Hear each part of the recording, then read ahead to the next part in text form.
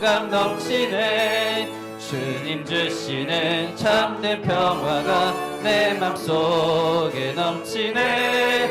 주의 말씀에 거센 풍랑도 잠잠하게 되도다.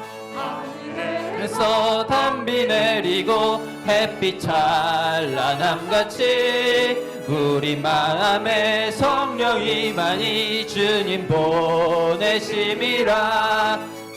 주시는 참된 평화가 내 맘속에 넘치네. 아멘. 주의 말씀에 거센 풍랑도 잠잠하게 되도다.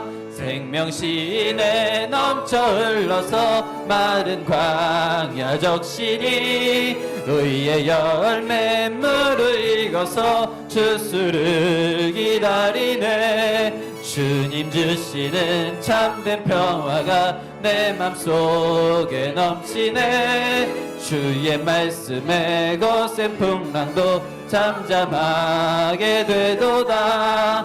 놀라우신 주의 은혜로 그의 얼굴 뵙겠네. 평화로운 안식처에서 영원토록 쉬겠네. 주님 주시는 참된 평화가 내 맘속에 넘치네. 주의 말씀에 거센 풍랑도. 자, 1절 한 번 더 고백합니다. 강물같이 흐르는 기쁨 성령 강림함이라. 정결한 맘 영원하도록 주의 거처 되겠네. 주님 주시는 참된 평화가 내 맘속에 넘치네. 주의 말씀에 거센 풍랑도 잠잠하. 주님 주시는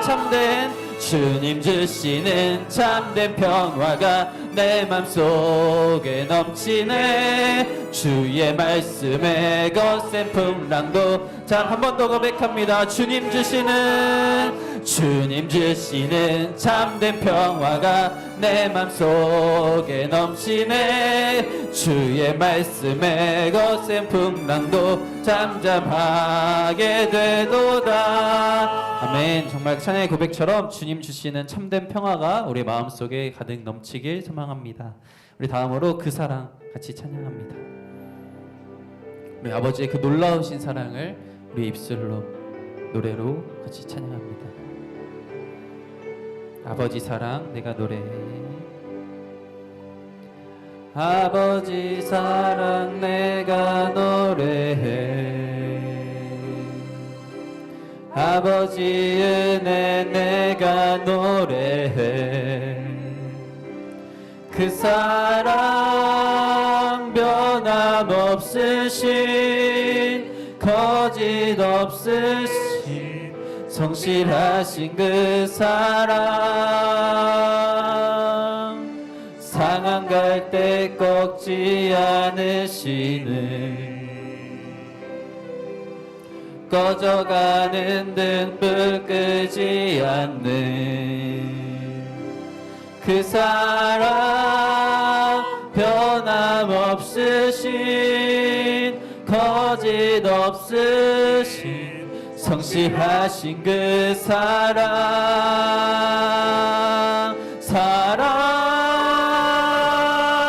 그 사랑 날 위해 죽으신, 날 위해 다시 사신 예수 그리스도. 다시 오실 그 사랑. 죽음도 생명도 천사도 하늘의 어떤 권세도 끊을 수 없는 영원한 그 사랑. 처음부터 한 번 더 고백합니다. 아버지 사랑. 아버지 사랑 내가 노래해. 아버지 은혜 내가 노래합니다. 아버지 은혜 내가 노래해. 변함없으신 그 사랑. 그 사랑 변함없으신 거짓 없으신 성실하신 그 사랑. 상한 갈 때 꺾지 않으시는 상한 갈 때 꺼져가는 등불 끄지 않으시는 꺼져가는 등불 끄지 않는 그 사랑 변함없으신 거짓 없으신 성실하신 그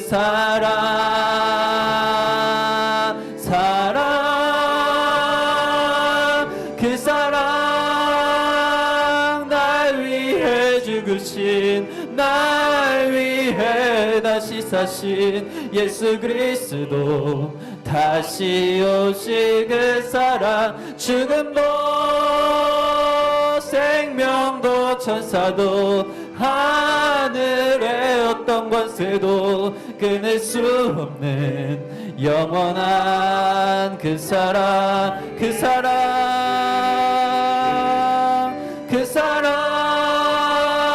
날 위해 죽으신 날 위해 다시 사신 예수 그리스도 다시 오실 그 사랑 죽음도 생명도 천사도 하늘의 어떤 권세도 끊을 수 없는 날 위해 죽으신 그 주님을 위해 내가 주인 삼은 모든 것 내려놓고 주님 앞에 나아갑니다. 내가 주인 삼은 모든 것 내려놓고 내 주 되신 주 앞에 나가 내가 사랑했던 모든 것 내려놓고 주님만 사랑해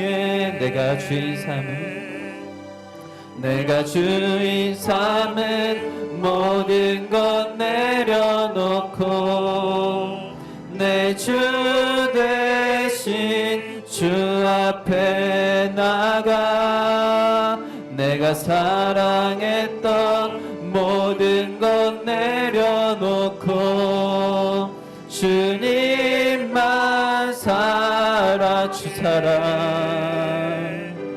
주 사랑 거친 풍랑에도 깊은 바다처럼 나를 잠잠케 해. 주 사랑 내 영혼의 반석 그 사랑 위에 주 사랑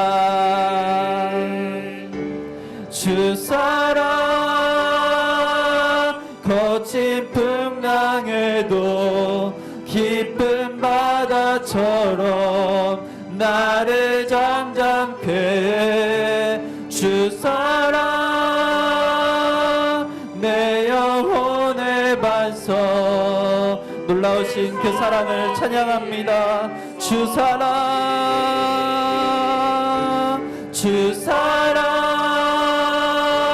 거친 풍랑에도 깊은 바다처럼 나를 잠잠케 해. 주 사랑 내 영혼의 반석 그 사랑 위에 서리.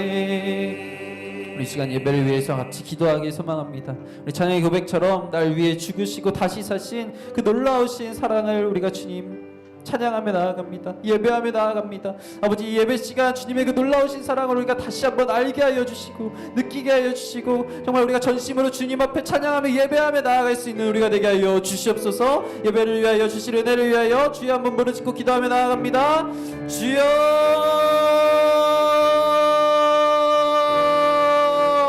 아버지 주님 그 놀라우신 사랑 아버지 우리가 찬양합니다. 아버지 사랑을 아버지 은혜를 우리가 노래하며 찬양하며 나아갑니다. 변함없으신 거짓없으신 성실하신 그 사랑 아버지 주님 날 위해 죽으시고 다시 사신 예수 그리스도만을 바라보며 나아갑니다. 이 시간 내가 주인 삼은 모든 것 내려놓고 주님 앞에 오직 주님 앞에 나아갈 수 있는 우리가 되게 하여 주시옵소서. 주여 예배하며 나아갑니다. 주여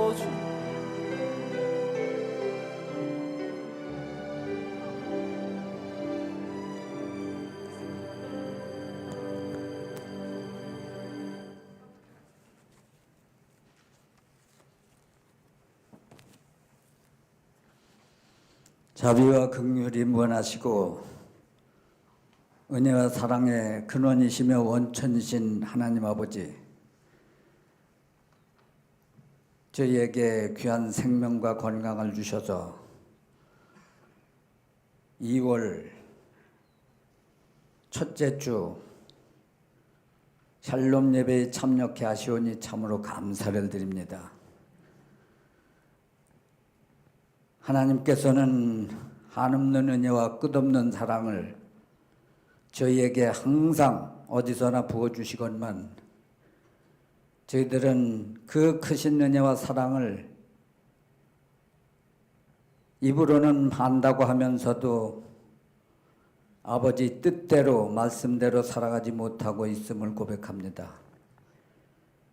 아버지 하나님이 용서하여 주옵시고 저희들을 불쌍히 여기셔서 아버지 안에 굳게 서게 하시고 하나님 뜻을 따라 순종하며 살아가는 저희들이 되어지게 하여 주옵소서. 코로나가 변이가 되어 아직도 창궐하고 있습니다. 속히 소멸시켜 주셔서 정상생활로 온 국민, 온 세계가 하나님께 영광 돌리며 살아가게 하여 주옵소서. 땅의 교회마다 주의 목자들을 성령 충만케 하셔서 하나님이 기뻐하시는 사람 되게 하여 주옵시고 말씀이 역사하고 사랑이 넘쳐나는 모든 교회가 되게 하여 주시옵소서. 새로운 정부가 하나님을 두려워하는 마음으로 공의롭고 정의롭게 정직하고 진실되게 또한 바르고 의롭게 모든 정치를 해나가게 하사 하나님께 영광 돌리게 하시고 국민들에게는 인정받고 신뢰받고 칭찬받고 사랑받는 정부가 되게 하여 주시옵소서.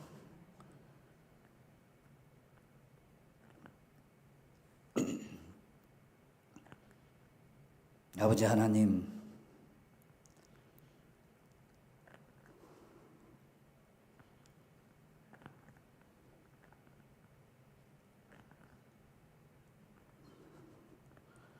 더욱 붙들어 주시고 인도하여 주셔서 우리 하나님을 잘 섬기는 온 교회 저희들이 되게 하시고 이 나라 모든 국민이 현재 어려운 상황에 경제적으로나 사회적으로나 여러 가지로 어려움이 많습니다. 하나님 붙잡아 주시고 은혜 주셔서 모든 일들이 국민들이 살아가기에 편안하게 하시고 또한 아버지 하나님 북미 관계와 남북 관계 그리고 세계 정세 속에서 북한의 비핵화 문제가 순조롭게 잘 해결되어 한반도의 진정한 평화와 복음 통일이 속히 이루어지게 하여 주시옵소서. 그리하여 이 나라가 세상 끝날까지 복음 전도와 선교 사명을 잘 감당하는 복된 나라 아름다운 민족 되게 하여 주시옵소서. 예수 그리스도를 머리로 모시는 땅 위의 모든 교회가 하나님 아버지 앞에 자복하고 통회하게 하시고 말씀 안에 굳게 서게 하사 세상에서 빛과 소금이 되게 하여 주옵소서. 또한 믿음을 지키기 위해 고난받는 땅 위의 모든 교회와 성도들을 지켜주시옵소서. 전 세계에서 활동하고 있는 모든 선교사님들과 또한 우봉송, 유열림, 아동, 시양부부 선교사에게도 풍성하신 은혜 부어주셔서 건강과 안전을 지켜주시고 열악하고 어려운 여건과 형편 잘 이겨내게 하시며 또한 풍토병에 강하게 하시고 현전을 잘 익혀 귀한 사역 더욱 잘 감당케 하옵소서. 우봉송 선교사, 유열림 선교사 또한 아동 형제와 시양 부부에게도 은혜를 덧입혀 주셔서 저들의 신분이 노출되지 않고 복음을 잘 전하고 증거하게 하시고 또한 아버지 우봉선 선교사와 유열림 선교사 비자 문제로 어려움 겪지 않도록 인도하여 주시옵소서. 세계가 전쟁으로 어려움을 겪고 있습니다.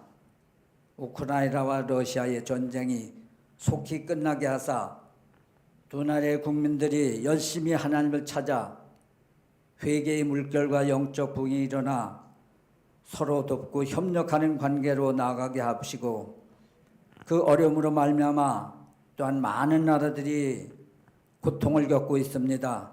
속히 전쟁이 끝나게 하사 모든 나라의 어려움이 회복되어 모두가 평안한 가운데 경제나 모든 정치가 안정되게 하시고 회복되게 하여 주시옵소서.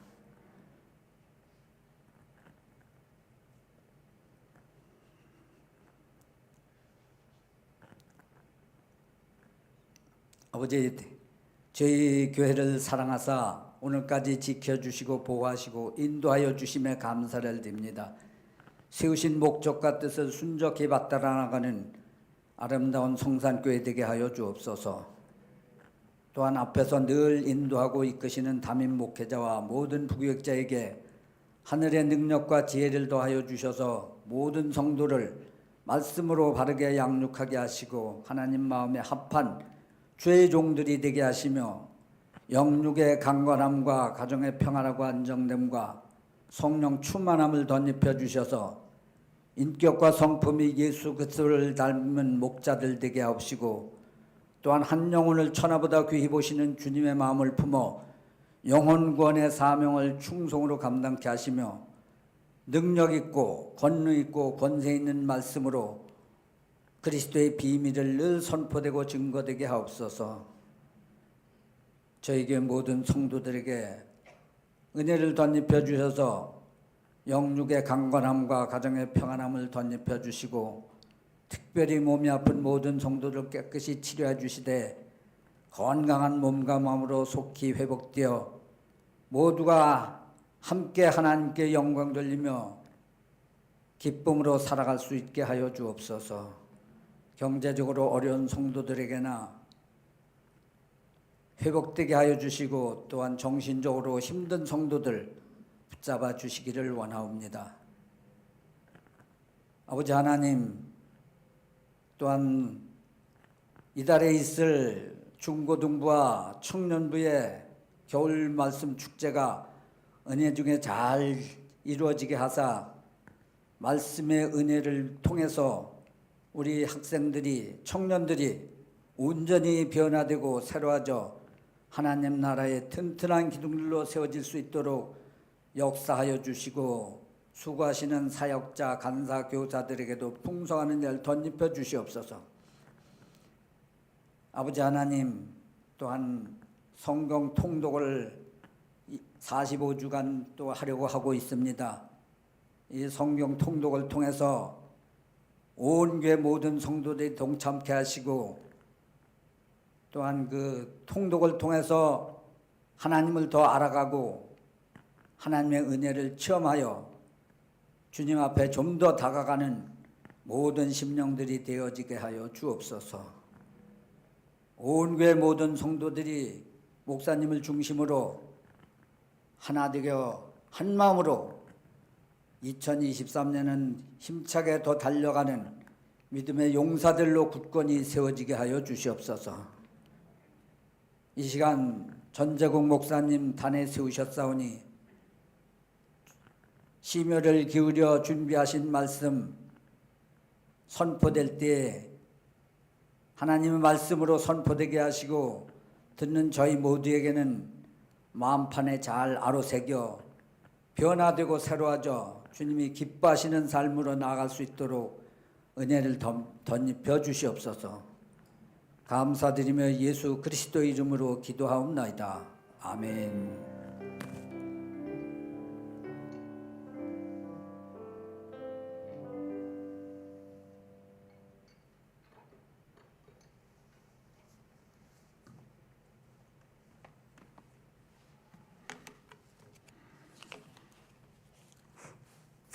하나님 말씀은 요한계시록 16장입니다.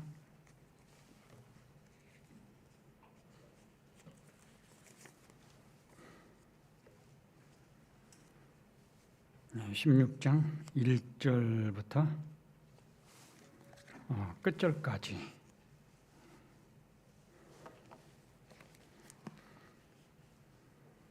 제가 봉독하겠습니다. 또 내가 들으니 성전에서 큰 음성이 나서 7 천사에게 말하되 너희는 가서 하나님의 진노의 7 대접을 땅에 쏟으라 하더라. 첫째 천사가 가서 그 대접을 땅에 쏟음에 짐승의 표를 받은 사람들과 그 우상에게 경배하는 자들에게 악하고 독한 종기가 닿더라. 둘째 천사가 그 대접을 바다에 쏟음에 바다가 곧 죽은 자의 피같이 되니 바다 가운데 모든 생물이 죽더라. 셋째 천사가 그 대접을 강과 물 근원에 쏟음에 피가 되더라. 내가 들으니 물을 차지한 천사가 이르되 전에도 계셨고 지금도 계신 거룩하신 이여 이렇게 심판하시니 의로우시도다. 그들이 성도들과 선지자들의 피를 흘렸으므로 그들에게 피를 마시게 하신 것이 합당하나이다 하더라. 또 내가 들으니 제단이 말하기를 그러하다. 주 하나님 곧 전능하신 이시여 심판하시는 것이 참되시고 의로우시도다 하더라. 넷째 천사가 그 대접을 해에 쏟음에 해가 권세를 받아 불로 사람들을 태우니 사람들이 크게 태움에 태워진지라. 이 재앙들을 행하는 권세를 가지신 하나님의 이름을 비방하며 또 회개하지 아니하고 주께 영광을 돌리지 아니하더라. 또 다섯째 천사가 그 대접을 짐승의 왕좌에 쏟으니 그 나라가 곧 어두워지며 사람들이 아파서 자기 혀를 깨물고 아픈 것과 종기로 말미암아 하늘의 하나님을 비방하고 그들의 행위를 회개하지 아니하더라. 또 여섯째 천사가 그 대접을 큰 강 유브라데에 쏟음에 강물이 말라서 동방에서 오는 왕들의 길이 예비되었더라. 또 내가 보매 개구리 같은 새 더러운 영이 용의 입과 짐승의 입과 거짓 선지자의 입에서 나오니 그들은 귀신의 영이라. 이적을 행하여 온 천하 왕들에게 가서 하나님 곧 전능하신 이의 큰 날에 있을 전쟁을 위하여 그들을 모으더라. 보라, 내가 도둑같이 오리니 누구든지 깨어 자기 옷을 지켜 벌거벗고 다니지 아니하며 자기의 부끄러움을 보이지 아니하는 자는 복이 있도다. 새 영이 히브리어로 아마겟돈이라 하는 곳으로 왕들을 모으더라. 일곱째 천사가 그 대접을 공중에 쏟음에 큰 음성이 성전에서 보좌로부터 나서 이르되 되었다 하시니 번개와 음성들과 우레소리가 있고 또 큰 지진이 있어 얼마나 큰지 사람이 땅에 있어 온 이래로 이같이 큰 지진이 없었더라. 큰 성이 세 갈래로 갈라지고 만국의 성들도 무너지니 큰 성 바벨론이 하나님 앞에 기어가신 바 되어 그의 맹렬한 진노의 포도주 잔을 받음에 각 성도 없어지고 산악도 간데 없더라. 또 무게가 1 달란트나 되는 큰 우박이 하늘로부터 사람들에게 내림에 사람들이 그 우박의 재앙 때문에 하나님을 비방하니 그 재앙이 심히 크미러라. 아멘. 지난번에는 나팔과 대접을 이렇게 비교하고 대조하면서 그 차이를 보았었습니다. 오늘은 이제 그 7 대접 자체에 대해서 좀 살펴보고 이해하려고 합니다. 먼저 7 대접에 대해서 간략하게 그 성격을 말씀을 드리면 계시록 8장 13절에서는 셋째 화다. 이게 3번의 화를 말씀을 하는데 5번째 나팔이 첫 번째 화, 6번째 나팔이 두 번째 화, 그리고 7번째 나팔이 세 번째 화입니다. 그래서 이렇게 세 번째 화가 7 대접입니다. 화라고 특별히 나팔에서 첫 번째부터 네 번째까지에서는 화라는 표현이 없습니다. 다섯, 여섯, 일곱 번째가 화라는 표현이 사용이 되는데 그 차이는 첫 번째부터 네 번째까지는 사람에게 간접적인 재앙이었죠. 그리고 다섯, 여섯, 일곱 번째는 사람에게 직접적인 재앙입니다. 사람이 직접 재앙을 받는 것과 간접적으로 재앙을 받는 것은 굉장히 그 느낌의 차이가 크죠. 아이고 이건 정말 견디기 어려운 화구나 이렇게 생각하게 되는 거예요. 그래서 세 번의 화는 그만큼 사람들에게 직접적이고 훨씬 더 실감 있게 느껴지는 그런 화입니다.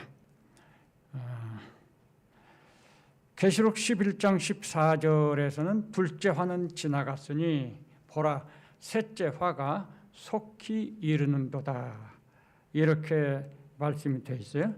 이 화도요, 첫 번째 화, 두 번째 화, 세 번째 화 이게 똑같은 게 아닙니다. 등급이 다르다고 할 수 있겠습니다.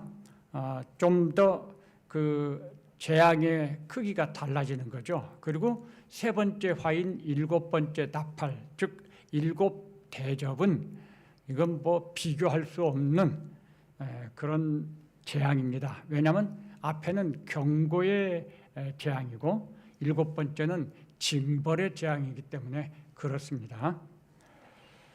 아주 결정적인 그런 화이고 재앙인 거죠. 그 다음에 이제 일곱 번째 나팔이라고, 나팔이 일곱 대접이죠. 그래서 일곱 번째 나팔은 마지막 재앙입니다. 징벌이고, 그냥 일곱 대접은 전부가 다 그 마지막 재앙에 해당이 되는 것이죠. 징벌로서의 재앙이다. 경고로서의 재앙이 아니고 그런 의미입니다. 그리고 일곱 대접이다. 이렇게 일곱이라는 숫자가 쓰여졌죠. 일곱이라는 숫자는 총체적인 완전한 그런 재앙을 말한다고 할 수 있어요. 사람과 자연 만물을 포함해서 전체적으로 이렇게 임하는 재앙이다. 일곱 재앙으로 설명이 되어 있습니다. 무엇보다도 이 대접에 담겨 있는 것이 무엇이냐? 일곱 대접에 담겨 있는 것은 전부 다 하나님의 진노입니다. 그래서 이 대접에는 하나님의 진노가 가득 차 있어요. 그래서 그 하나님의 진노가 막 쏟아 부어지는 것이죠. 그러면 이게 일곱 대접의 이야기를 좀 구체적으로 살펴보도록 하죠. 하나 우리가 유념해야 되는 것은 이 일곱 대접의 이야기가 무슨 상징이다 이런 것이라고 생각하기보다는 이게 우리가 이 세상에서 눈으로 볼 수 있는 실제 상황이다라고 이렇게 받아들이는 것이 더 적절하지 않을까. 물론 사실 이 대접의 심판이 있을 때 우리는 이 지상이 없어요. 우리가 이런 거 볼 수 있는 게 아닙니다. 그 말씀을 통해서 우리에게 알려주시니까 이런 것이 있구나 그렇게 아는 거죠. 실제로 진노의 대접이 쏟아 부어질 때는 성도들은 주님의 영접을 받아서 다 공중으로 들어 올려가 있습니다. 그러니까 우리가 이 일곱 대접의 재앙을 우리가 혹시 모르겠어요. 공중에서 주님과 함께 이렇게 내려다 보면서 그런 상황이 있을지는 모르겠습니다. 근데 우리가 이 세상에서 직접 눈으로 보는 건 아니에요. 그럼에도 불구하고 이 재앙들이 현실에 있을 실제 상황이다. 이렇게 저는 이해를 합니다. 첫 번째 장을 보면요. 첫째 천사가 그 대접을 땅에 쏟음에 짐승의 표를 받은 사람들과 그 우상에게 경배하는 사람들에게 악하고 독한 종기가 나더라.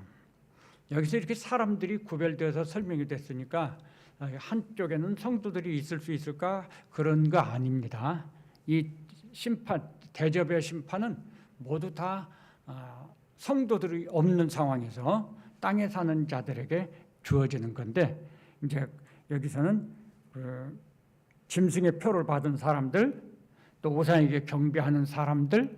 그러니까 이 마지막 때 이 세상은 두 무리로 구분이 된다고 그랬습니다.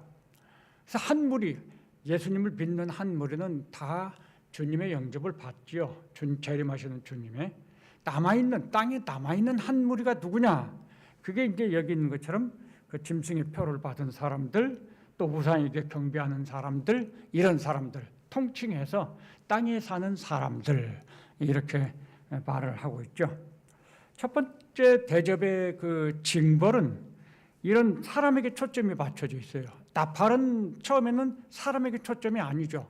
자연 만물에 초점이 있어서 사람에게 간접적인데, 대접에서는 사람에게 먼저 초점이 맞춰지고 집중되는 거, 이게 다릅니다. 그런데 그 징벌이 뭡니까? 악하고 독한 종기가 나더라. 이게 이제 뭐 악하고 독한 종기? 별거 아닐 수도 있구나라고 오해하실지 모르겠어요. 근데 종기가 이렇게 몸에 닿아가지고 고생하신 분이라면 이 종기가 얼마나 사람을 불편하게 하고 괴롭게 하는, 고통스럽게 하는 것인지 이해하실 수가 있을 거예요. 근데 이 악하고 독한 종기라고 하는 것은 종기 자체의 성격을 말하는 것이기도 하지만, 왜 악하고 독하냐? 이 징벌로서의 이 대접으로 인해서 생겨지는 종기는요, 낫지 않아요. 약이 없어요. 치료할 수 없습니다. 이 종기는 영원히 계속되는 것입니다. 그리고 그만큼 독해요. 사실 우리가 견디기 어려울 만큼 고통을 가져다 주는 것이다, 이렇게 생각해 볼 수 있을 것 같아요.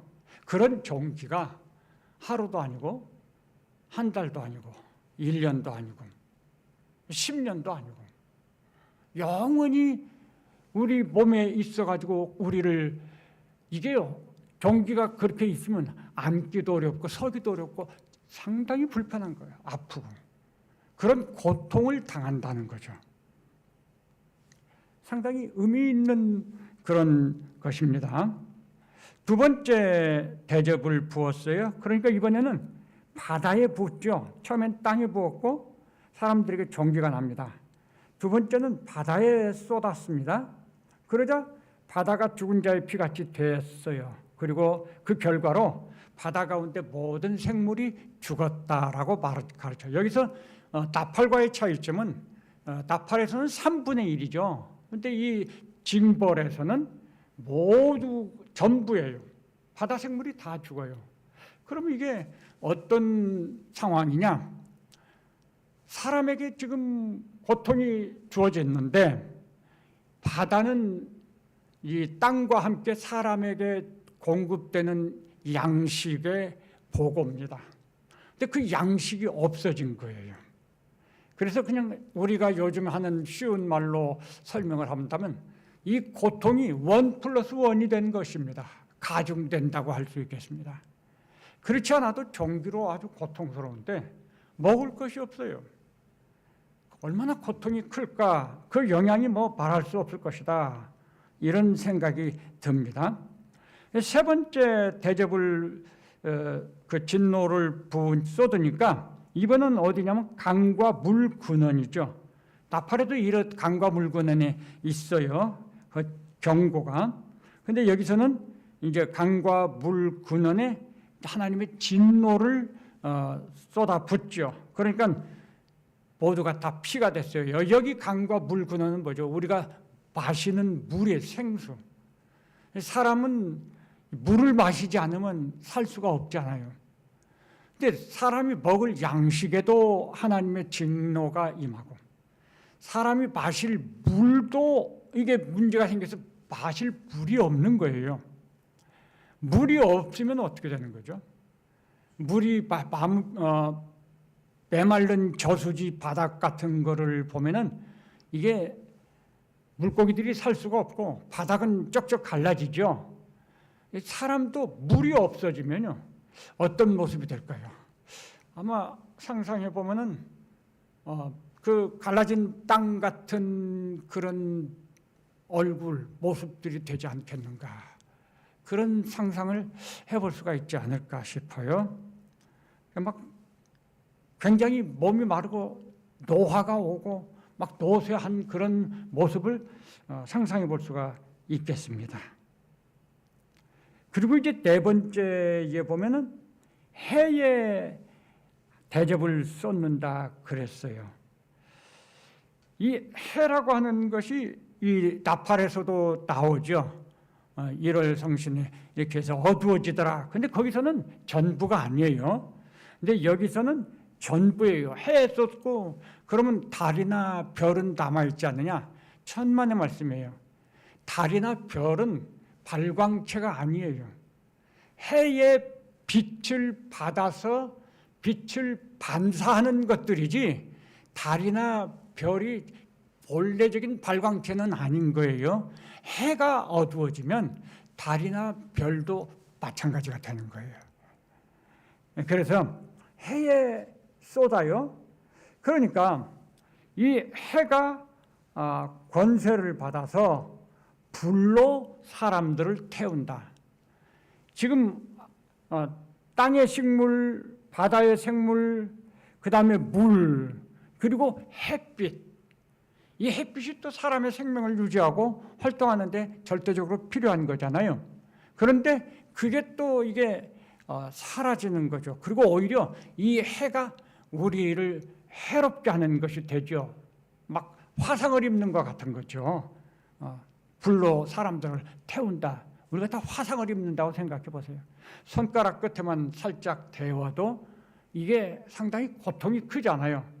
그런데 우리 몸을 막 태운다고 한다면 이런 가중된 고통을 한번 상상해 보십시오. 그 고통이 얼마나 참 괴로울 것이냐 하는 것이죠. 자, 첫 번째부터 네 번째까지의 대접은요, 사람을 초점으로 하고 있고 사람에게 유익하고 필요한 것들이 다 이렇게 재앙을 당하는 거예요. 그러니까 사람이 살 수 없는 거죠. 이제는 살 수 없는 세상이에요. 이 세상은. 이 모든 걸 다 하나님이 하시잖아요. 우리는 세상을 살면서 내가 뭘 어떻게 하고 사람들이 뭘 어떻게 해서 잘 먹고 잘 입고 잘 산다고 생각을 하지만 그건 다 하나님의 손에 있어요. 사실은. 하나님께서 우리를 불쌍히 여기셔서 먹을 것도 주시고 입을 것도 주시고 하는 것을 우린 자꾸 오해를 해서 내가 뭘 해가지고 또 세상이 어떻게 해서 그렇게 얻는다고 오해를 하는 거죠. 하나님께 있는 거예요. 근데 하나님께서 마지막 징벌로 그런 것들을 싹 쓸어가셨다고 생각을 해보세요. 그럼 우리가 살 수 없죠. 그러면 차라리 그냥 죽어 없어지는 것이 복이에요. 유감스럽게도 이 대접으로 설명되는 징벌은요, 이제 뒤에 가서 한 번 더 설명이 되겠지만 소멸이 아니에요. 없어지는 게 아니에요. 영원히 계속되는 거예요. 그래서 이게 진짜 무서운 거죠. 없어지는 거라면 차라리 좋겠어요. 그러면 다 잊어버리고 끝나버리니까. 근데 없어지는 게 아니라 이 징벌은 영원토록 우리가 고통당하는 거예요. 영원한 고통 속에 놓아지는 거. 그럼 정말 상상이 안 가요. 이 세상에서는 경험할 수 없는 거니까. 그냥 조금의 고통이 있어도 너무 힘들어 죽겠는데 이게 영원한 고통을 가지고 산다? 그런 속에서 산다? 그것도 그냥 고통만 당하는 게 아니에요. 아귀 다툼 같이 막 서로 싸우고 하는 것들이 나와요. 이야, 이게 정말 그런 일이 있다고 하는 게 상상할 수 없는 거죠. 우리 상상할 수가 없어요. 근데 그게 현실에서 실제 상황이 된다는 거죠. 그리고 이제 다섯 번째는 조금 초점이 바뀝니다. 사람에게 초점이 있고 사람에게 유익한 영향력이 있는 것들에게 초점이 주어지면 다섯 번째는 이렇게 말했죠. 짐승의 왕좌에 쏟으니 그 나라가 어두워지고 사람들이 아파서 자기 혀를 깨물고 아픈 것과 종기로 발미암아 하늘의 하나님을 비방하고 그들의 행위를 회개하지 아니하더라. 여기서 이제 그 진노의 대접을 짐승의 왕좌에 쏟으니 그 나라가 어두워졌다. 여기 한번 이게 어떤 의미인가, 뭘 지금 가르쳐주고 있는가 한번 생각해 보십시오. 여기서 징벌은 어두워지는 거예요. 징벌은. 근데 어디에 그걸 쏟았느냐? 짐승의 왕좌에 쏟았습니다. 자, 이 말이 우리에게 가르쳐주는 것은 뭐냐면 하나님의 7번째 나팔, 7 대접, 이 5번째 징벌이 임할 때에 이 세상은 사탄의 나라다라는 거예요.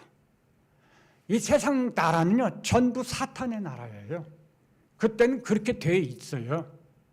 그래서 그럼 짐승의 왕좌는 뭔가? 계시록 13장에 새 짐승의 이름이 나오죠. 용과 바다에서 나오는 짐승, 땅에서 올라오는 짐승, 이렇게 세 종류의 짐승의 이름이 나와요. 이 짐승으로 대변되는 것들은 전부 다 이 사탄에게 속한 거예요. 그러니까 이 세상의 나라가, 이 세상에 살고 있는 모든 사람들이 전부 다 사탄에게 속한 나라고, 그 통치자들도 사탄에게 속한 통치자들이고 사탄에게 속한 사람들이고 그렇다는 거예요. 마지막 때는 세상이 그런 세상이다 라고 하는 걸 보여줘요. 그런데 현실에서 사람들은 자기네 나라의 대통령이, 자기네 나라의 왕이, 자기 백성들이 그런 줄 모르죠. 미혹받고 살으니까. 또 본인들도 목적이 잘 먹고 잘 입고 세상에서 뭐 하는 거죠. 거짓말과 타협하고 악한 것과 적당하게 타협하고 사는 거예요. 다 한편이잖아요. 같은 무리고. 그러니까는 나쁘다고 생각을 안 하죠. 모든 사람들이 다 그렇게 살면서 세상 사람들의 태도가 뭐죠? 앞으로 더 좋아질 거예요. 더 행복하게 될 것이고 더 잘 살게 될 거예요. 이제 AI, 이 사람 닮은, 거의 인간을 닮은, 그래서 스스로 생각도 하고 문장도 만들어내고 연구도 스스로 하고 이런 AI들이 지금 만들어져서 나와요. 사람을 대신하는 거죠. 그런데 AI들에게 뭐 질문을 하거나 논문을 심지어 대피를 시키거나 이게 너무 잘하는 거예요. 사람보다도. 진료도 더 잘해, 정확하게. 우리가 그것을 선하게 쓰면 되죠. 그렇게 생각들 해요. 그리고 AI가 그런 우리들의 문제들에 대해서 정말 우리보다 더 명철하게 잘 해주니까 앞으로 사는 것은 훨씬 더 수월해질 거야 라고 말들 하죠. 그런데요, 오늘 이 5번째 대접은 뭘 가르쳐주죠? 어두워지면. 어두움이 징벌이에요. 어두워진다는 게 뭘까요? 스톱이죠. 모든 게 다 멈추는 거예요. 쉬운 예를 들면 요즘에 부동산 문제가 심각해요. 젊은 우리 자녀들이, 젊은 사람들이 영끌족이라고 불리우면서 막 엄청난 대출을 받아서 땅값이, 집값이 올라가니까 아이고 우리 미래에는 살 수 없으니까 대출이라도 받아서 그거 사자 해서 막 샀습니다. 그런데 갑자기 이게 부동산이 막 떨어지는 거죠. 엄청나게 떨어집니다. 본전도 못 받아요. 빌린 돈 갚을 수도 없고. 그래서 영끌족들이 그만 어둠에 빠져버렸어요. 소망이 없어진 거예요. 이젠 다 끝났어요. 멈춰버렸습니다. 미래에 대한 기대가 없어진다는 거죠. 이게 하나의 예를 지금 들어서 설명드린 거죠. 우리가 가진 소망 헛된 거예요. 잘 먹고 잘 입고 잘 살아요? 헛된 거예요. 그거 가지고 하나님 나라에 못 들어가요. 이 세상 것 가지고는요, 하나도 하나님 나라에 가지고 갈 것 없어요. 우리 그 사실을 분명하게 항상 기억하고 있어야 돼요. 우리가 세상에서 어떻게 살았느냐, 이거요, 하나님 나라에 가지고 갈 수 있는 것 단 한 가지도 없어요. 이 세상에 많이 쌓아놔요. 그거요, 하나님 나라에 가지고 가는 거 아니에요. 근데 그런 것들에 목매달고 그런 것들을 만족의 근원으로 삼고 그렇게 살면 때가 되면 어두워지는 시간이 올 거예요. 캄캄하죠. 다 끝나버리는 거죠. 절망이에요. 어두움, 불이 이렇게 환하게 켜졌는데요, 도시 전체가 갑자기 불이 싹 꺼졌다고 가정해 보세요. 그러면요, 난리가 날 겁니다. 사람들의 마음이 불안과 공포에 사로잡히게 될 거예요. 야, 이거 뭔 일이야? 어떻게 되려고 이래? 그런 상황이 온다고 말을 하는 것입니다. 그게 징벌이에요. 어두워지는 것이. 우린 뭐 즐겁고 소망이 있고 뭐 아니에요. 하나님 나라 외에는 소망 없습니다. 이 성경이 말씀하는 거예요. 하나님 나라 외에 소망이 없다는 거죠. 다른 소망 다 없어질 것들.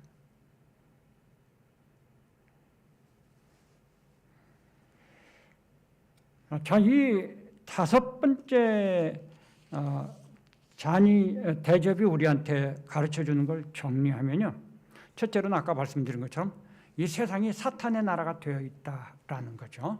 두 번째는 그럼에도 불구하고 이 세상에 사는 사람들은 그 사실을 모른다는 거예요. 그냥 이 세상이 좋고 이 세상이 미래가 소망이 있고 이런다는 거죠.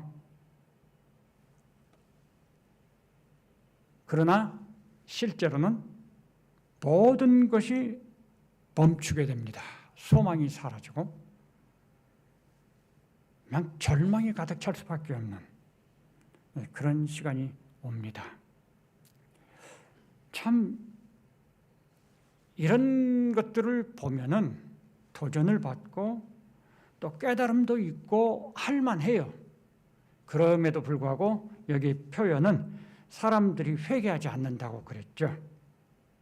자신들이 어둠 가운데 있고 죄 가운데 있는 이런 것들을 인정하지를 안 하는 거예요. 안타까운 일이죠.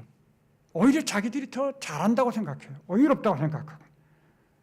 그래서 막 모든 걸 하나님 탓으로 들고, 아이 뭐 하나님이 이런 수가 있냐고, 이런 식으로 반응하죠. 그런 반응들은 뭐죠? 징벌을 받아서 마땅하구나. 방금 앞에서 하나님의 심판의 공의로움을 말씀했죠. 아, 징벌받아 마땅한 자들이로구나 라고 우리가 인정하게 되는 겁니다. 여섯 번째 대접을 보시면요, 여기 이제 논쟁거리가 있죠. 아마겟돈이라고. 사실 여섯 번째 대접을 쭉 읽어보면요, 징벌이라고 할 만한 것이 눈에 안 띄어요.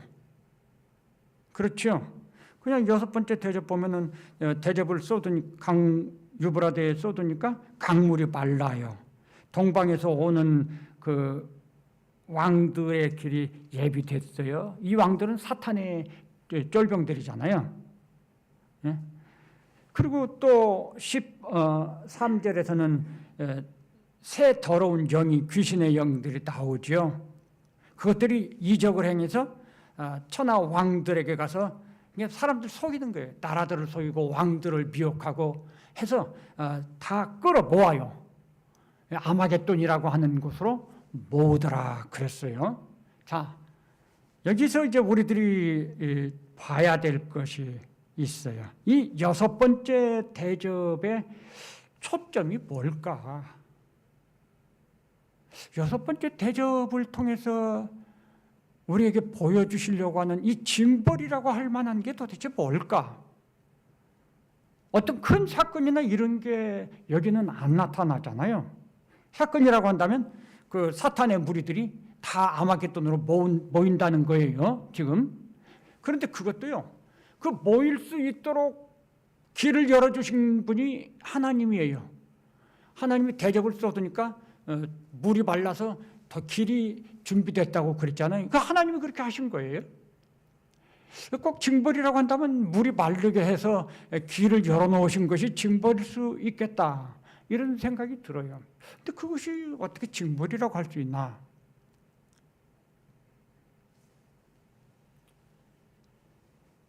여섯 번째 대접의 징벌을 좀 이렇게 문장을 먼저 정리해 보면, 방금 말씀드린 것처럼 하나님이 주관하시는 겁니다. 이게 강물이 말라서 왕들의 길이 예비되게 만들지요. 사실은 양떼를 흐트러서 적 군사를 흐트러뜨려야지 전쟁은 이기기 쉬운 건데, 여기서는 오히려 모을 수 있도록 하나님이 길을 열어주신다는 거, 이게 좀 상상 외입니다. 그러자 사탄의 앞잡이들인 새 더러운 영이 나오죠. 이 새 더러운 영이 바로 계시록 13장의 용과 두 짐승, 바다에서 나온 짐승, 땅에서 올라온 짐승이에요. 그런데 이 용과 짐승들은 사람들의 눈에는 사탄으로 보이질 않아요. 그냥 굉장히 권위 있고, 여기서도 보면 이적을 행하여 그러죠. 하나님이 행하시는 이적을 행하면서 사람들을 미혹하는 일을 하는 게 이 새 영. 그런데 여기서 정체를 밝혀줘요. 귀신의 영이라. 그 중에서 땅에서 올라온 짐승은 거짓 선지자예요. 그리고 바다에서 올라온 짐승은 용의 변신이에요. 이게 이제 우리 식으로 보면 아마 우상인데요. 우상. 용은 사탄 자신이고요. 결국 다 같은 한 무리죠. 그래서 여기서 그것들이 이렇게 나오는데, 그게 이제 귀신의 영이라 정체를 밝히는 겁니다. 귀신의 영이라 그것들이 이적을 행해서 온 천하 왕들에게 가서 모이게 하는 거죠. 모여라 모여라 이렇게 한단. 그래서 아마겟돈이라고 하는 곳으로 모았다. 자, 여기서 아마겟돈으로 모았다는 이것은 하나의 현상을 보여주는 것입니다. 상황을 나타내고 있어요. 이 상황이 의미하는 것이 뭐냐? 이때 당시에 아까도 말씀드렸지만 이 세상에는 전부 다 같은 무리들이 모여 있다는 거죠. 역사는 아담 하와 다음에 가인과 아벨 때부터 시작해서 두 무리의 인간으로 나뉘어서 이 역사의 흐름이 진행되는 것입니다. 그러다가 중간중간에 두 무리가 하나가 되고 또 두 무리가 하나가 되고 그래요. 노아 시대에 하나가 되잖아요. 노아와 노아의 자손으로. 그런데 그렇게 해서 또 노아의 자손들이 두 무리로 나뉩니다. 그러다가 또 아브라함 때 가면 또 하나가 돼 있어요. 전부 다 하나님 안 믿고 타락해서 산다는 거예요. 믿음의 조상인 아브라함도요, 믿음이 없었어요. 그의 아버지는 요즘 좋게 말하면 뭐 조각가 이렇게 말할 수 있는 것이지만 옛날에는 우상을 만들어서 파는 직업을 가졌었거든요. 아브라함도 자기 집에서 하나님을 믿거나 배우지 않았었어요. 아브라함 시대도 온 천하가 다 다시 부패하고 타락해 있었던 거죠. 하나님께서 다시 그 사이에서 아브라함, 노아를 부르시듯이 아브라함을 부르시고, 그래서 이 세상 역사는 항상 이렇게 두 무리로 구분이 돼서 와요. 가인의 후손, 아벨의 후손, 믿음의 자손, 불신앙의 자손, 이렇게 두 무리로 나온다고요. 그런데 현실에서는 이게 뒤섞여 산다는 거죠. 누가 누군지 몰라요. 그런데 이것이 마지막 때로 가면서 점점 두 무리가 선명해지게 나누어지고, 그 다음에 마지막 가까워질수록 그게 고착화돼요.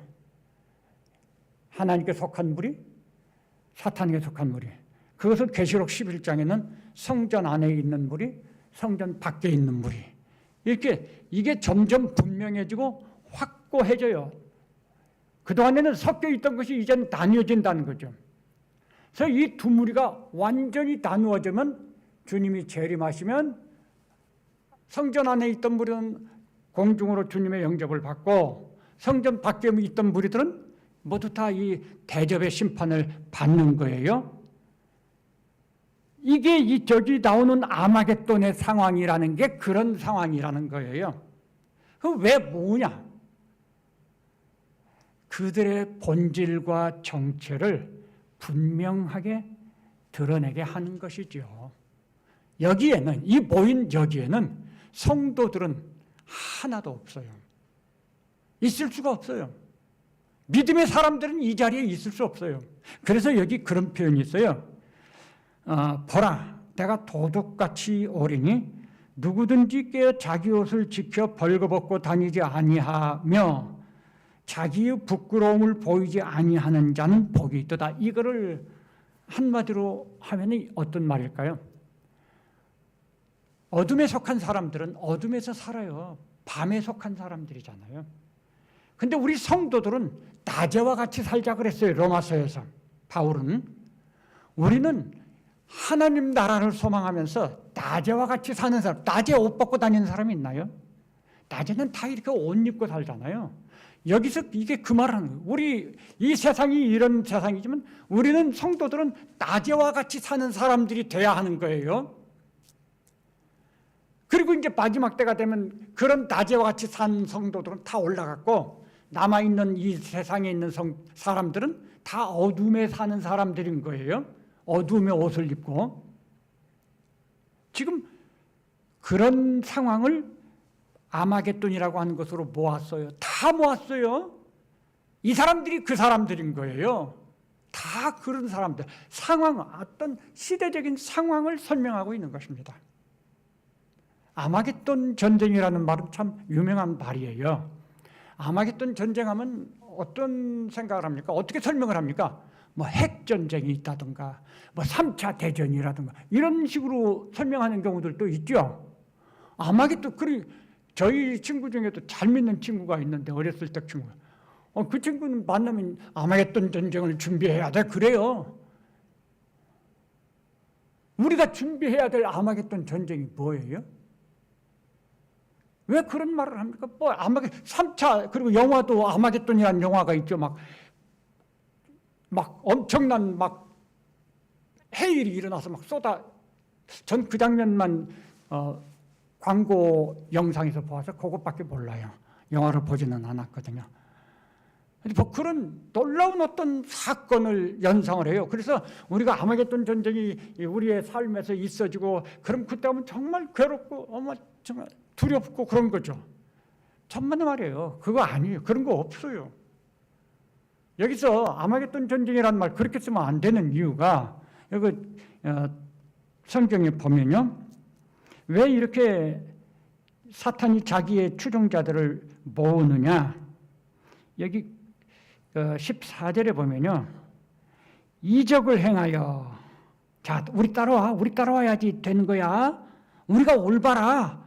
이적을 행하여 우리가 올바르다는 거예요. 악한 자들이.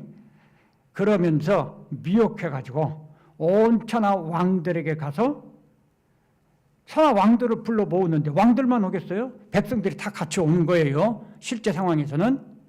그럼 가서 뭘 합니까? 전능하신 이의 큰 날에 있을 전쟁을 위하여 그들을 모으더라. 여기 아마겟돈으로 그들을 모으는데 이유가 뭐냐면요. 전능하신 이의 큰 날에 있을 전쟁을 위하여입니다. 이 전쟁이 뭐죠? 여기서 말하는 이 전쟁이 뭐예요? 우선 하나님의 전쟁이죠. 전능하신 이의 큰 날에 있을 전쟁. 그러니까 이게 하나님의 전쟁이에요. 우리의 전쟁 아니에요. 전능하신 이의 큰 날에 있을 전쟁, 이게 뭐죠? 하나님의 진노의 심판. 하나님의 심판을 말하는 거예요, 지금. 큰 날이 무슨 심판의 날이죠. 마지막 심판의 날. 그러니까 하나님의 그 심판에 대항해서 우리 한번 싸워보자 이런 의미라고 설명을 할 수 있지 않을까. 그러니까 이 아마겟돈 전쟁이라고 말을 하면서 이것을 우리 성도들이 세상에서 경험하는 부딪혀야 될 전쟁이다. 그건 아니라는 거예요. 그게 아니에요. 아마겟돈 전쟁 그런 표현도 없고 아마겟돈이라고 하는 하나의 상황이 주어진다. 그 상황은 뭐냐? 두 무리로 구분이 돼서 하나님께 속한 자들은 주님의 영접을 받고 남아있는 무리들은 전부 다 여기에는 징벌을 받아서는 안 되는 그런 사람은 하나도 없다는 걸 지금 너무 확실하게 보여주는. 그래서 이 악한 자들, 세상에 남아있는 자들의 그 본질과 정체를 적나라하게 드러내는 거예요. 이게 여기서 목적하고 있는 거라고 저는 생각을 해요. 그런 목적으로 해서 강물이 마르게 해가지고 모일 수 있도록 만드는 거예요. 그런 목적 때문에.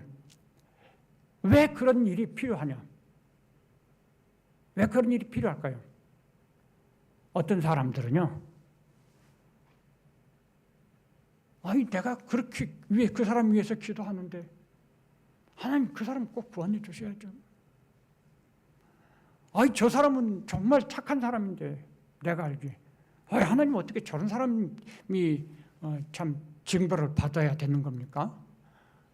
아니 우리가 알고 있는 범위 안에서 하나님께 자꾸 항의하고 막 비난하고 그런 사람들이 있어요. 아쉽고 안타까움이 있겠지만 내가 알고 있는 게 다가 아니잖아요. 사탄이 우리를 속이는데 어떻게 그 안 속아 넘어갑니까? 그 속임수에 넘어가서 그게 하나님은 안 속아요. 하나님은 다 알고 계셔요. 우리 생각과 반드시 받는 게 아니죠. 하나님은 공의로우시거든요. 절대 심판에 오류가 없으세요. 근데 그 하나님의 공의로움을 불신하는 거죠. 아니, 하나님 왜 이러시냐고, 왜 그럴 수 있냐고. 하박국 선지자처럼 그런 항의를 하는 거죠. 우리가 이제 다른 설명을 하나 하려고 했는데 그건 빼야겠어요. 그래서 이 6번째 하나님의 그 대접의 핵심은 본질과 정체. 도대체 이 세상을 누가 지금 잡고 흔들고 있느냐? 사람들은 몰라요. 하나님은 아시죠? 그 본질과 정체를 드러내는 거죠. 그래서 귀신의 영들이 본질 나와서 막 활개치고 다니면서 이적을 행하고 사람들을 미혹하는 그것을 여기 설명하는 이유가 정체를 올바르게 알려주시기 위함인 거죠. 너희들 지금 속아 넘어가면 안 된다는 거죠. 제대로 알고 말을 해야지. 제대로 알고 기도해야지. 김정은이를 위해서 기도하면 쓰냐 그 말이에요. 한마디로 말하면. 예? 김정은이를 위해서 기도한다는 건 예를 들면요. 저 5번째 인에서 하나님 나라에 들어간 성도들이 탄원하는 기도, 이 세상에 살면서 탄원하는 기도를 하잖아요.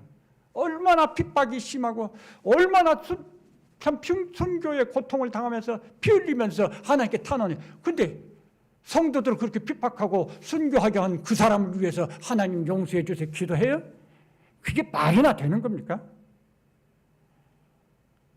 우리 그런 식으로 생각하면 안 돼요. 하나님의 인자와 긍휼을 그렇게 생각하면 안 되는 거예요. 근데 우리가 왜 그렇게 해요? 몰라서. 정체를 모르거든요. 그러니까 혹시 그 마음에 뭔가 좀 선한 마음이 있을까 해서. 아니에요. 6번째 이는 세상을 누가 지배하고 있는지, 뒤에서 누가 조종하고 있는지, 세상 왕들의 정체가, 세상 통치자들의 정체가 무엇인지, 이 세상을 살고 있는 사람들, 내가 볼 때는 나하고 친하고 좋아 보이는 것 같지만 그 진짜 본질이 무엇인지 그거를 분명하게 드러내고, 그럼으로써 우리의 마음속에서 불평, 항의, 이의 이런 거 없게 만드시려고 하는 거죠. 저는 그렇게 생각을 해봤어요. 아주 분명해졌습니다. 이렇게 분명해지고 그거에 대해서 우리가 할 말이 없을 때 사탄의 보좌에, 공중이라고 하는 사탄의 보좌에 7번째 대접을 쏟아붓죠. 그래야지 아무도 거기에 대해서 항의하고 이유를 제기하지 못하잖아요.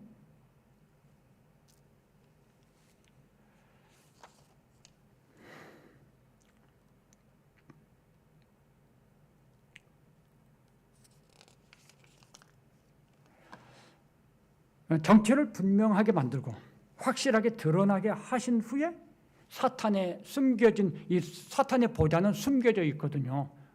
마치 하나님 나라인 것처럼 하늘에 있잖아요. 공중에. 공중과 하늘은 다르다는 거예요. 근데 공중을 우리는 하늘로 생각을 해요. 공중에 숨겨놓은 사탄의 보좌에 하나님의 진노가 임하게 되고, 그리고 그때에 이 세상 천지 창조된 이 세상에 놀라운 변혁이 일어나게, 대청결의 변혁이 일어나게 된다라고 말합니다. 이것이 하나님의 심판이라고 하는, 그래서 여기서 보면 되었다, 이때 7번째 대접을 부은 다음에 되었다 이렇게 말씀하죠. 이것이 하나님의 심판이고 역사라고 하는 것을 나타내는 그 표현이 번개와 음성들과 우레소리가 있고 또 큰 지진이 있어. 하나님의 행사에는 계시록을 보면 이 표현이 이렇게 따라 붙어 있습니다. 하나님께서 역사하신다는 거죠. 그래서 큰 성 바벨론이 세 갈래로 갈라지고 만국의 성들도 무너지고 모든 것이 다 없어졌다. 이게 이제 이 세상이 대변혁이 일어나는 것을 의미하는 것입니다. 주님이 말씀하셨죠. 하늘에서 주의 뜻이 이루어진 것처럼 땅에서도 이루어지다. 이 시간이, 이 대접을 쏟아붓는 시간이 하나님의 뜻이 땅에서 이루어지는 시간이라고 하는 것입니다. 그런데 맨 끝에 보면은 그런 재앙을 받고도 하나님을 비방한다고 그랬어요. 자, 이게 뭐 그때도 이 사람들이 계속 살아있으니까 뭐 그들의 태도가 나올 수 있는 거죠. 그런데 그 마지막 과정에서도 회개는 없어요. 그냥 하나님을 대적하고 비방한다. 이게 그들의 본질이에요. 하나님의 심판은 공의롭고 공정하다라고 하는 거죠. 자, 이제 정리하겠습니다. 이 7대접으로 설명된 이 7대접으로 설명된 이 재앙들은 마지막 재앙이죠. 경고가 아니라 징벌이라는 거, 차이가 있다는 거 기억하시기 바랍니다. 경고일 때는 회개의 시간이 아직은 열려 있습니다. 그러나 징벌에서는 회개의 기회는 없습니다. 그게 다 끝나버렸어요. 대접으로 설명되는 이 재앙은 소멸이나 멸절이 아니라는 것, 영원한 고통이라고 하는 걸 가르쳐주고 있는 거죠. 우리 성도들은 계시록 14장에서 쉼을 얻으리라 그랬어요. 그런데 이 징벌을 받는 사람들은 쉼이 없습니다. 영원한 고통이 있는 거예요. 잠깐의 쉼도 없어요. 무저갱이라고 하는, 지옥이라고 하는 것이 그런 곳이라고 하는 걸 생각해 볼 수 있죠. 누구든지 그랬어요. 이 세상에서 어떤 위치에 있든지 어떤 모습을 하든지 어떤 참 지위를 갖고 있든지 아무도 숨거나 피할 곳이 없어요. 미국으로 도피할 수 있나요? 없어요. 비행기 타고 저 달나라로 도피하나요? 없어요. 그럴 시간도 없고요. 그런 것을 허용할 하나님도 아니고. 왜냐하면 이 징벌에는 모든 게 다 포함이 들어가 있기 때문에 그렇습니다. 한꺼번에 총체적으로 다 하는 거죠. 그 다음에 진짜로 우리가 기억해야 하는 게 하나 있는데요. 이 사탄의 비욕은 모두 다 거짓말이라고 하는 거예요. 잘 살 수 있어. 하나님처럼 될 수 있어. 내 말 듣고 따라와. 에이, 조금만 타협해 나오고. 다 거짓말인 거예요. 그 말에 미혹받고 가면 그쪽 무리로 속해지게 돼서 하나님의 진노의 심판을 받게 된다는 거. 우리가 이 대접의 이야기를 통해서 기억해야 되는 것입니다. 한 번 더 대접 이야기를 말씀을 드리려고 해요. 다음 시간에 말씀을 또 드리겠습니다. 기도하시겠습니다.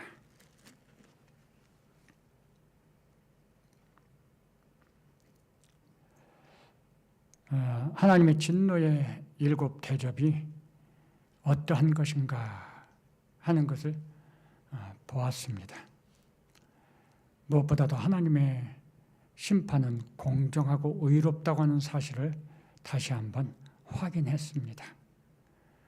우리가 살고 또 우리가 관계를 맺으면서 일도 하고 그런 이 세상이 점점 사탄의 나라가 되고 사탄의 왕국이 되고 사탄이 속임수가 사람들을 미혹해서 모두 다 사탄 편으로 만들어가는 이러한 모습이 된다고 하는 거 또 알려주셨습니다. 하나님께서 이 말씀들을 왜 우리에게 깨닫게 해주시는지 깨닫게 하여 주시옵소서. 우리가 이 말씀들을 통해서 기억하면서 이제 우리의 삶이 어떻게 살아야 할지 방향을 설정하고 우리의 믿음이 어떤 모습이 되어야 하는지 지혜를 가지게 하여 주셔서 주님 오시는 그날까지 우리의 삶이 주님 안에 거하고 주님과 동행하고 주님 뜻을 이루어드리는 삶이 되는 복을 주시옵소서. 주님의 나라가 이루어질 것을 믿습니다. 감사합니다. 예수님 이름으로 기도합니다. 아멘. 지금은 우리 구주 예수 그리스도의 은혜와 하나님 아버지의 크신 사랑과 성령 하나님의 감화 감동 충만 교통하심이 주님의 나라를 사모하며 그 나라를 사모하면서 믿음으로 달려갈 것을 결심하는 우리 모든 성도들과 그 가정과 또 우리 교회 위에 영원토록 함께 계실지어다.